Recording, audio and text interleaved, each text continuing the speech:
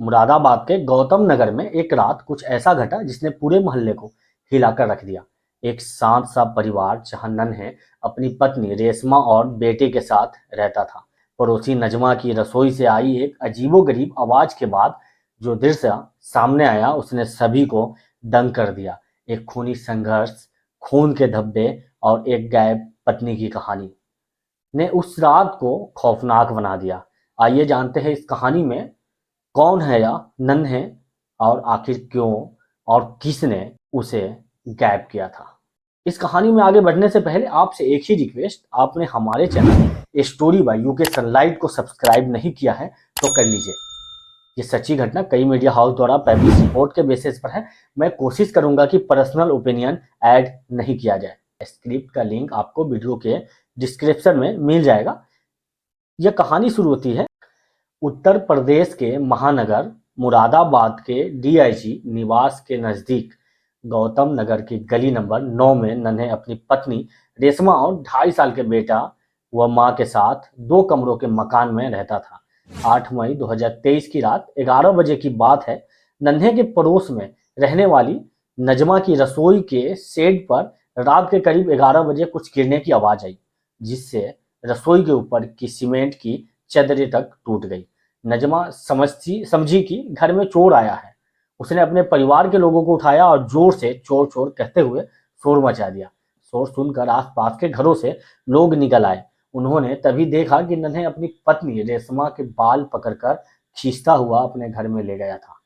उधर नजमा व अन्य लोगों ने देखा कि रसोई का शेड टूटा हुआ नीचे पड़ा है। वहां पर खून भी पड़ा था। उसके अलावा जिधर से नन्हे अपनी पत्नी रेशमा को घसीट कर ले गया था वहां पर खून की बूंदें दिखाई दे रही थी। इकट्ठा हुए लोगों यह जानने के लिए नन्हे के घर पहुंच गए कि आखिर क्या हुआ है। नन्हे के घर का गेट अंदर से बंद था। लोगों ने नन्हे को आवाज लगाई और गेट खोलने को कहा। नन्हे बोला, कुछ नहीं हुआ है, मेरी पत्नी रेशमा ने गुस्से में अपनी कलाई की नस काट ली है, वह अस्पताल गई है। पड़ोसी नजमा ने आवाज दी, नन्हे गेट तो खोलो, तूने मेरी रसोई का शेड तोड़ दिया है, उसे अब कौन बनवाएगा। इसके बाद नन्हे ने अपनी घर का गेट खोल दिया। गेट खुलते ही वहां मौजूद लोग अंदर घर में दाखिल हो गए। उन्होंने नन्हे की पत्नी रेशमा को पूरे घर में तलाशा, लेकिन वह नहीं मिली। लोगों ने इतना जोर देखा कि मकान के सेप्टिक टैंक के पास खून के बूंदे व खून साफ करने के निशान थे।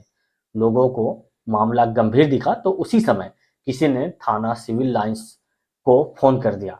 उस समय एसएचओ गजेंद्र सिंह रात्रि गश्त की तैयारी कर रहे थे। ड्राइवर गाड़ी में बैठा उनके आने का इंतजार कर रहा था। एसएचओ कमरे से बाहर आए तभी ड्यूटी ऑफिसर ने उन्हें डीआईजी साहब के बंगले के पास गौतम नगर गली नंबर 9 में लोगों की भीड़ जमा होने की सूचना दी। यह सुनकर एसएचओ सीधे गौतम नगर चले गए। पुलिस को देखते ही लोग अपने अपने घरों में चले गए।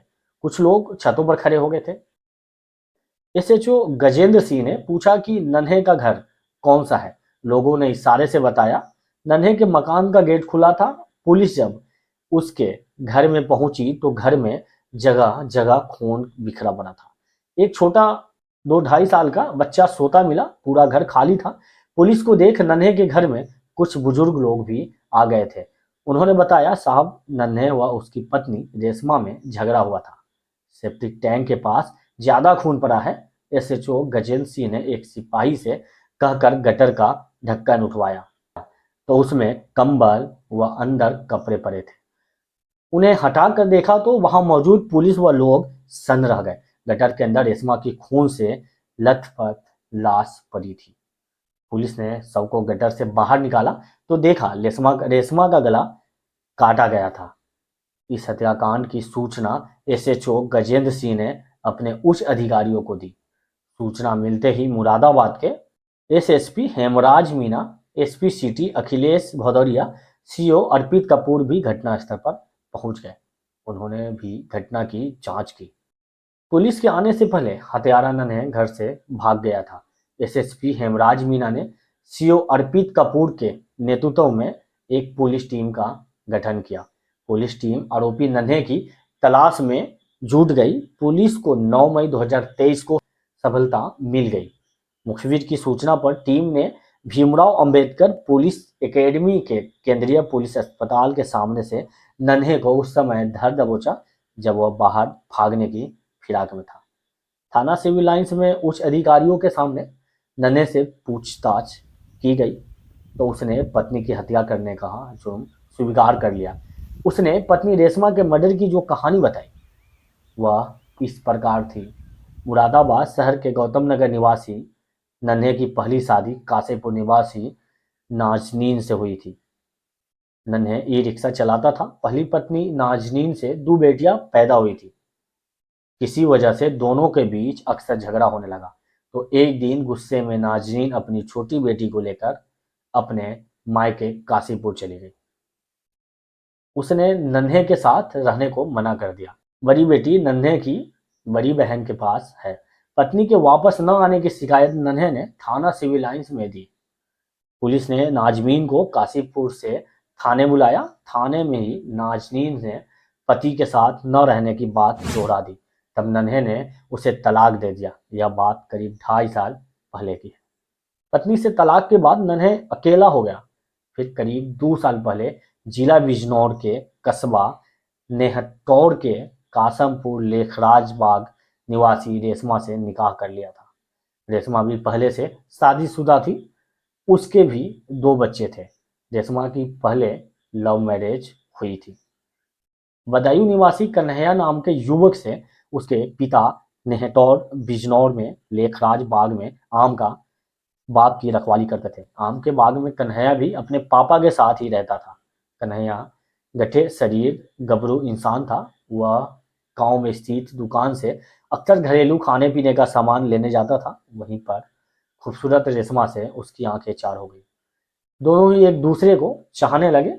बाग का एकांत क्षेत्र दोनों के मिलने के लिए काफी मुफीद था। नैन मटक्का होते ही दोनों में शारीरिक संबंध बन गए। अब ऐसे संबंध हो जाने के बाद एक दिन कन्हैया व रेशमा दोनों गायब हो गए। उसके बाद दोनों ने लव मैरिज कर ली थी। रेशमा उसके साथ हंसी खुशी रह रही थी। वह 2 बच्चों की मां बन चुकी थी। बाद में रेशमा अक्सर अपने मायके में रहने लगी थी। यह बात कन्हैया को पसंद नहीं थी, जिस कारण कन्हैया व रेशमा में झगड़ा रहने लगा। रेशमा का बड़ा बेटा अपने पिता कन्हैया से बहुत लगाव रखता था। रेशमा के अब्बू मेहदी हसन का पहले ही इंतकाल हो चुका था। रेशमा का छोटा बेटा उस समय गोद में था। उसके बाद से रेशमा अपनी ससुराल नहीं गई थी। कन्हैया व रेशमा के बीच संबंध बिल्कुल खत्म हो गए थे।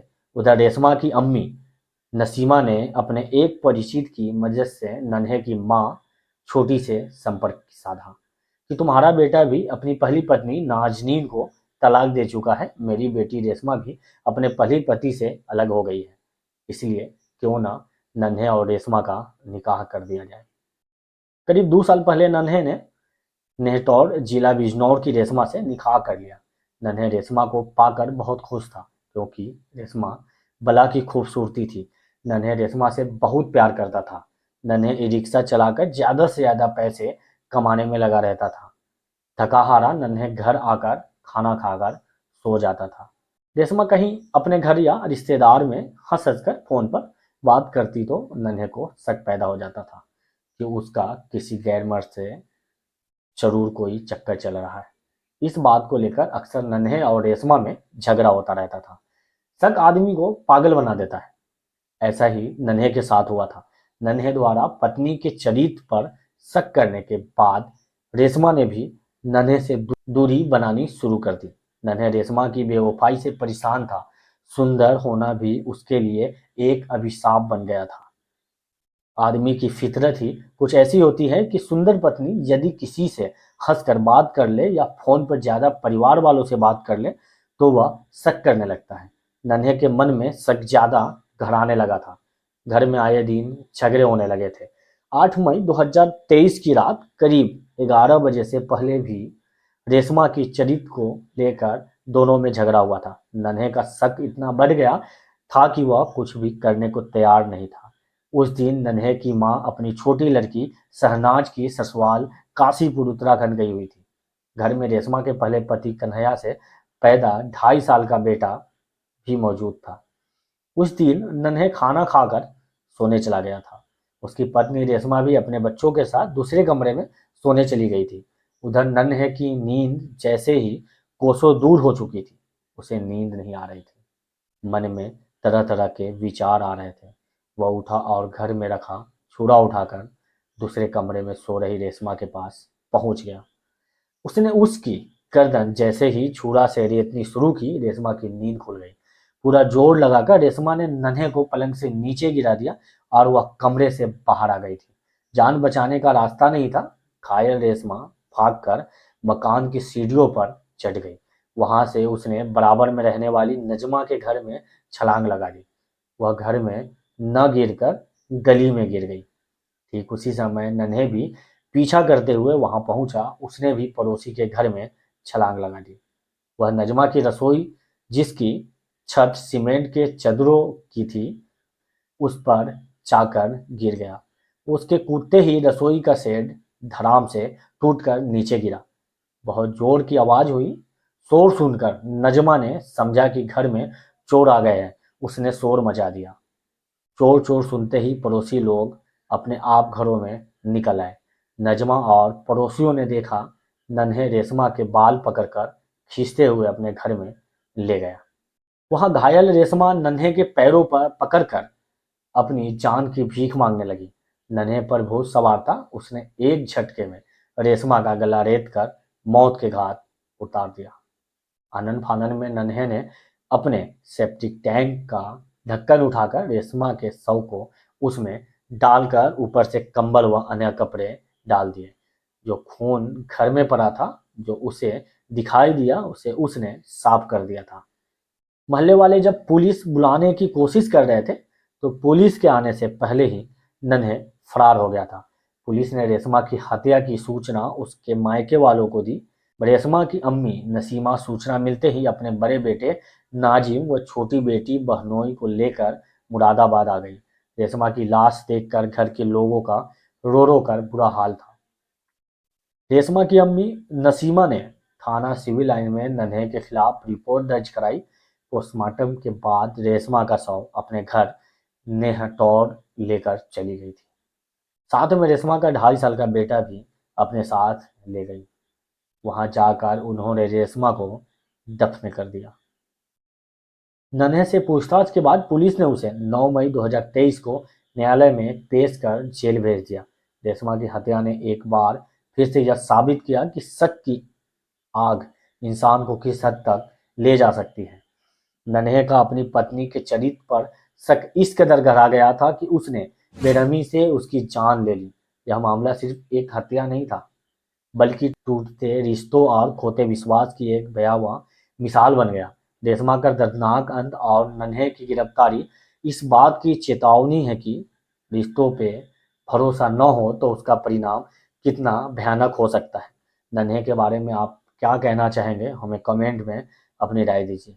यह कहानी पसंद आई हो तो सब्सक्राइब करके बेल आइकन जरूर दबाएं। फेसबुक पेज को फॉलो कर लीजिए। व्हाट्सएप चैट भी कर सकते हैं। लिंक आपको चैनल के डिस्क्रिप्शन में मिल जाएगा। मैं आपसे मिलूंगा अगली कहानी में। तब तक के लिए अपना ख्याल रखिए। Thank you. बाय। जय हिंद।